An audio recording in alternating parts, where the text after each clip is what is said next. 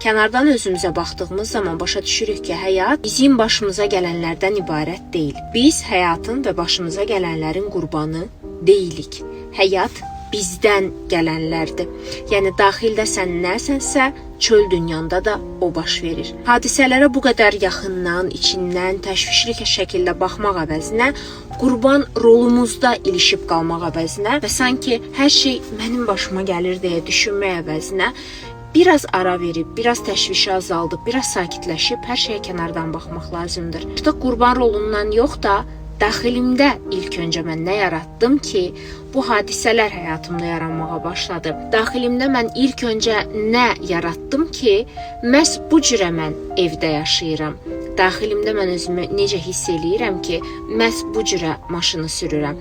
Daxilimdə mən necə hiss eləyirəm ki, həyatımda da məhz bu cürə əks cinsdən olan insanları çəkirəm, yaradıram, nə deyirsiniz deyin. Amma həqiqətən də həyata ən özgüvənli baxış bucağı həqiqətən də daxilimdə nədirsə, çöl dünyamda odur kimi baxmaqdır. Və burada önəmli bir nüans var. Bir çox insan həyata bu cürə, bu fəlsəfə ilə baxmağa başlayanda, daha müdrik baxmağa başlayanda ilk dəfə günahkarlıq duyğusuna düşməyə başlayır. Bir çox insana elə gəlir ki, həyatımda hər şeyi mən proqramlayıramsa, deməli, nəsə pis bir şey baş verirsə, mən günahkaram.